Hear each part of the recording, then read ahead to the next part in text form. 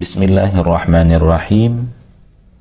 Di video kali ini kami akan membacakan kitab Al-Mahalli, syarah daripada Minhajut Talibin Imam Nawawi dalam masalah sunnah-sunnah terhadap khatib di hari Jumaat.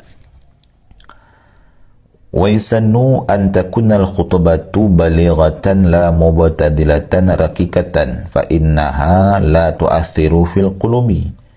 Dan disunahkan bahawa adalah khutbah itu balighah, maksud balighah fasih, la mubtadilatan rakikatan, tidak mubtadilah, dengan bahasa yang jelek, yang kurang bagus, rakikatan kemudian amburadur, rakikah. Fa innaha la tu'athiru fil qulubi, karena sesungguhnya apakah mubtadilah ataupun rakikah ini dengan bahasa yang bukan bahasa fasih kemudian amburadur, susunan kalimat kata-katanya ini la tu'athiru fil qulub, tidak memberi bekas di dalam hati-hati para manusia yang hadir. Ini sunnah. Kemudian mafhumatan ay qaribatan minal ifhami, kemudian disunahkan pula karraga atau kepada balighah, yaitu khutbah tersebut mafhumah, artinya qaribah minal ifham, dekat daripada pemahaman, mudah dicerna. La gharibatan wahsyatan, tidak dengan bahasa yang gharibah, jauh, yang asing. Kemudian wahsyatan, yaitu yang sulit maknanya. Ini lawan daripada kesunahannya. Yang disunahkan adalah secara mafhumah, artinya qaribah minal ifham, mudah dipahami.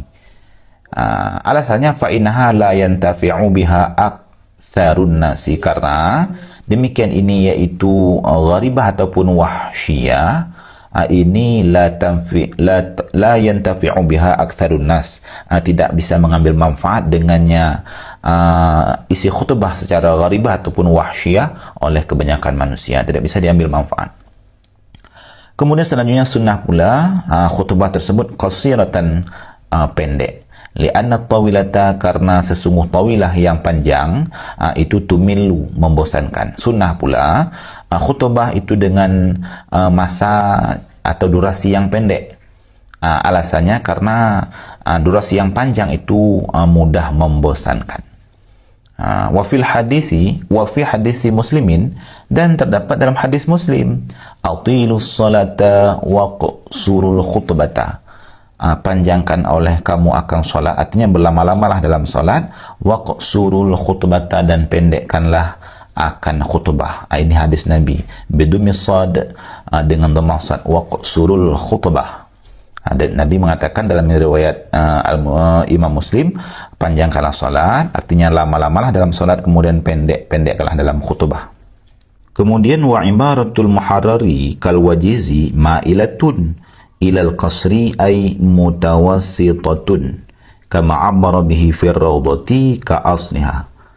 Dan ibarat muharrar kal wajizi, sama seperti wajiz, itu ma'ilatun, bukan dipakai lafaz qasirah, tetapi ma'ilatun ilal qasri, ma'ilah condong kepada pendek, artinya mutawassitatun, pertengahan.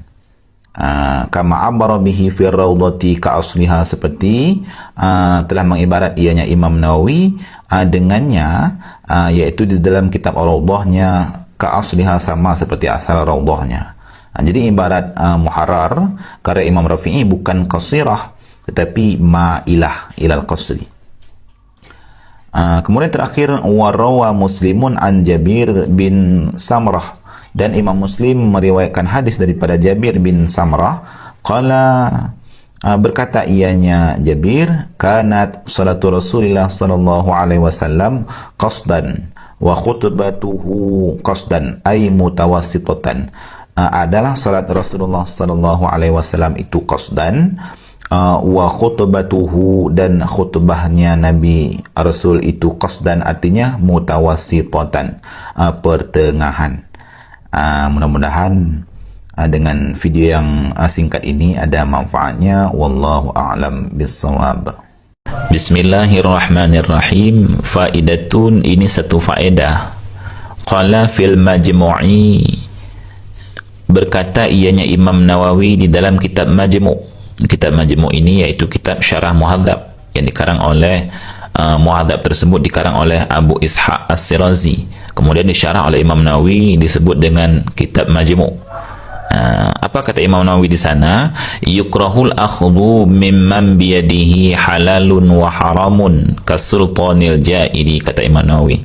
Dimakruhkan akan ambil, maksudnya ambil sedekah, ambil zakat, ataupun bertransaksi dengan orang mimman biyadihi halalun wa haramun, daripada orang yang mana di kekuasaan seseorang tersebut ada harta halal dan ada harta haram. Jadi makruh kita ambil sedekah ataupun pemberian daripada orang yang mana hartanya terdapat halal dan haram, artinya hartanya bercampur antara halal dan haram, harta syubhat. Contoh orang yang memiliki harta halal dan haram, kasultanil jairi, seperti sultan, raja yang jair, yang zalim, pemimpin yang zalim. Ya, kalau dalam i'anahnya disebutkan contoh lain, yaitu orang yang hartanya ada bersumber dari hasil riba. Atau contoh lain, orang yang hartanya bisa jadi bercampur dengan penghasilan daripada barang yang diharamkan, seperti minuman keras atau lain-lain. Jadi kita makruh menerima pemberian sedekah ataupun lainnya, dan bertransaksi dengan orang yang mana hartanya bersumber daripada halal dan haram, artinya hartanya bercampur antara halal dan haram. Kemudian wataktaliful karahatu, dan berbedalah makruhnya biqillati syubhati, dengan sedikit syubhat, wa kasratiha, dan banyaknya syubhat. Artinya apabila banyak hartanya mengandung unsur haram, maka besar makruhnya. Kemudian apabila sedikit hartanya bersumber daripada barang haram, maka sedikit pula lah makruhnya. Kemudian wala yahrumu, dan tidak haram ianya ambil. Jadi hukum ambil, hukum transaksi, hukum menerima sedekah, zakat, itu tidak haram daripada orang yang hartanya bercampur antara halal dan haram, karena hartanya adalah syubhat. Illa in tuyqina anna hadza minal harami, kecuali baru haram in tuyqina, ini in sebenarnya. In tuyqina, jika diyakinkan akan anna hadza minal harami, harta ini daripada haram. Baru haram kita ambil pemberian daripada orang yang hartanya bersumber daripada halal dan haram, apabila diyakini harta tersebut memang dari sumber yang haram. Itu baru haram kita terima. Tetapi apabila tidak diyakini, masih syubhat harta tersebut hasil daripada barang halal dan haram, maka masih boleh kita terima, tetapi hukumnya makruh. Kemudian qaulul Ghazali yahrumul akhdhu mimman aktsaru malihi haramun wa kadza muamalatuhu syadzun. Dan perkataan Imam Ghazali berkata, haramlah ambil mimman aktsaru malihi, daripada siman, orang-orang, aktsaru malihi, kebanyakan hartanya, man, itu haram, wa kadza muamalatuhu, dan seperti demikian muamalahnya, ini adalah syad. Jadi perkataan Imam Ghazali, haram ambil yang mana hartanya banyak haram, banyak mengandung unsur haram. Ini adalah pendapat yang syad, artinya tidak muktamad. Begitu juga muamalah dengan orang yang hartanya banyak mengandung unsur haram, kata Imam Ghazali itu haram, ini pun syad. Yang utamanya adalah makruh. Mudah-mudahan dari uraian yang sangat singkat ini ada manfaatnya. Wallahu a'lam bissawab. Bismillahirrahmanirrahim. Kami akan kembali membacakan kitab I'anatul Talibin juzuk 1 halaman 114. Faidatun, ini satu faedah. Yajuzu lahu ayyanzura ila auratihi, boleh baginya seseorang oleh bahawa melihat ianya kepada auratnya seseorang, fi ghairi salati, pada bukan salat. Boleh seseorang melihat auratnya sendiri tetapi di luar salat, walakin yukrahu dalika min ghairi hajatin, tetapi dimakruhkan akan demikian, iaitu melihat auratnya sendiri di luar salat, min ghairi hajatin, daripada ketiadaan hajat, ketiadaan keperluan. Maksudnya apabila ada keperluan, maka hukumnya tidak makruh melihat auratnya sendiri seperti mengobati dan lain-lain contoh. Amma fi salati, adapun dalam salat, melihat auratnya sendiri di dalam salat, fala yajuzu, niscaya maka tidak boleh ianya melihat auratnya sendiri di dalam salat. Maka jikalau melihat, falau ra'a aurata nafsihi fi salatihi, maka jikalau melihat ianya akan aurat dirinya seseorang, auratnya sendiri, fi salatihi, dalam salatnya seseorang, min kummihi, daripada lengan bajunya seseorang, adakala au min tauqi qamisihi, atau daripada leher bajunya seseorang, leher gamisnya seseorang, batalat salatuhu, niscaya batalah salatnya seseorang. Jika melihat ianya akan auratnya di dalam salat, maka hukumnya batal, adakala melihat tersebut sebagai contoh dari lengan bajunya ataupun dari leher bajunya. Karena yang boleh beserta makruh di atas adalah di luar salat dan apabila tiada kebutuhan, tiada hajat, maka hukumnya makruh.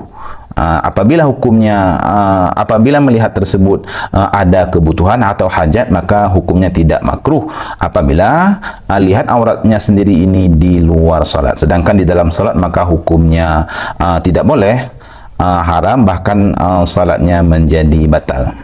Mudah-mudahan dengan video yang sangat singkat ini ada manfaatnya. Wallahu a'lam bissawab. Rahmanirrahim, lanjutan daripada kitab Al-Mahalli mengenai sunnah-sunnah di ketika khutbah. Wa yakunu julusuhu bainahuma ay al-khutbataini, dan adalah duduknya khatib bainahuma, antara keduanya, ay artinya al-khutbataini, dua khutbah, itu nahwa suratil ikhlasi, seumpama surat ikhlas, ay artinya yusannu dzalika, disunahkan akan demikian. Maksudnya di ketika khatib duduk antara dua khutbah, yang mana duduk antara dua khutbah ini menjadi syarat khutbah, jadi kadar duduk atau masa duduk khatib tersebut yaitu seumpama surat ikhlas, artinya kadar membaca surat ikhlas. Ini sunnah. Waqila, dan dikatakan orang, artinya ada satu pendapat mengatakan yajibu, wajib ianya seumpama surat ikhlas, bukan sunnah tapi wajib. Ini satu pendapat. Oleh karena demikian, fala yajuzu aqallu minhu, maka tidak bolehlah kurang daripadanya seumpama surat ikhlas, artinya kadar surat ikhlas. Ini berdasarkan pendapat yang mengatakan wajib kadar surat ikhlas. Kalau kita lihat di qalubinya, qauluhu nahwa suratil ikhlasi wa yundabu ay yaqra'a fiha syai'an minal Qur'an, dan disunahkan di ketika itu khatib membaca sesuatu daripada Al-Qur'an. Di ketika khatib duduk antara dua khutbah, khatib disunahkan membaca sesuatu daripada Al-Qur'an. Wa suratul ikhlas aula, dan surat ikhlas yang dibacakan itu lebih aula. Di ketika khatib duduk tersebut, sunnah khatib membaca surat ikhlas, itu lebih aula. Pokoknya sesuatu daripada Quran, tetapi surat ikhlas yang dibacakan itu lebih aula min ghairiha, daripada lainnya surat ikhlas, kama fil ubab, sebagaimana tertulis dalam kitab Al-Ubab dan Ibnu Hajar. Kemudian wa idza faragha minal khutbah, dan apabila selesai ianya khatib daripada khutbah, syara'al muadzinu fil iqamah, niscaya memulai muadzin dalam iqamah. Begitu selesai khatib berkhutbah, muadzin langsung beriqamah. Wa badaral imamu, dan bersegeralah imam atau khatib tersebut, liyablughal mihraba, supaya sampai ianya khatib atau imam tersebut akan mihrab, ma'a firaghihi, beserta selesainya muadzin minal iqamah, daripada iqamah. Jadi begitu muadzin mulai iqamah, khatib atau imam pun turun daripada mimbar, langsung menuju mihrab, supaya begitu selesai muadzin dalam iqamah, sampailah imam ke mihrab atau tempat salat. Fayashra'u fis salati, maka memulai ianya imam dalam salat. Ini kesunahannya. Wal makna fi dzalika, dan makna pada demikian itu mubalaghah, menyegerakan, mubalaghah, bersangatan, fi tahqiqil mualati, fi tahqiqil mualati, pada memastikan mualat. Jadi maknanya demikian, iaitu begitu selesai khatib berkhutbah, muadzin langsung beriqamah, kemudian imam pun atau khatib segera menuju ke mihrab untuk memulai solat. Jadi maknanya adalah untuk memastikan mualat allati taqaddama wujubuha, yang telah terdahululah masalah wajib mualat antara khutbah pertama dan khutbah kedua, kemudian antara khutbah dan salat Jumaat. Wa fi syarhil muhadzabi, dan tersebut dalam kitab syarah muhadzab, yustahabbu lahu ay ya'khudha fi nuzuli minal minbari aqba firaghiha wa ya'khudhal mu'adzinu fil iqamah.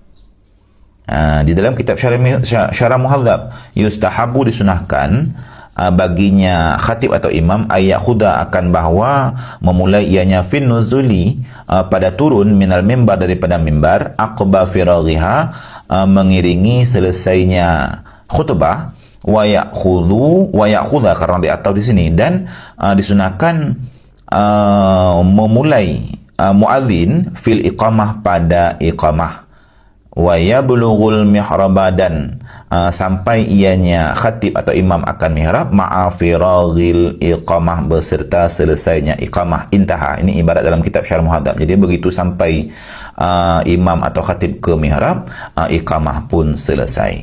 Jadi inilah bahagian daripada sunnah-sunnah untuk khatib, iaitu di ketika duduk antara dua khutbah, iaitu kadar surat Al-Ikhlas, dan sunnah membaca ayat Quran di ketika duduk tersebut, dan sunnah lebih aula membacakan surat Ikhlas. Kemudian begitu selesai khutbah langsung menuju mihrab, dan muadzin pun bersegera untuk iqamah, untuk memulai salat, supaya dipastikan di sana terjadi mualat berturut-turut antara rukun khutbah pertama dan khutbah kedua, dan antara khutbah dan salat. Mudah-mudahan ada manfaatnya. Wallahu a'lam bissawab.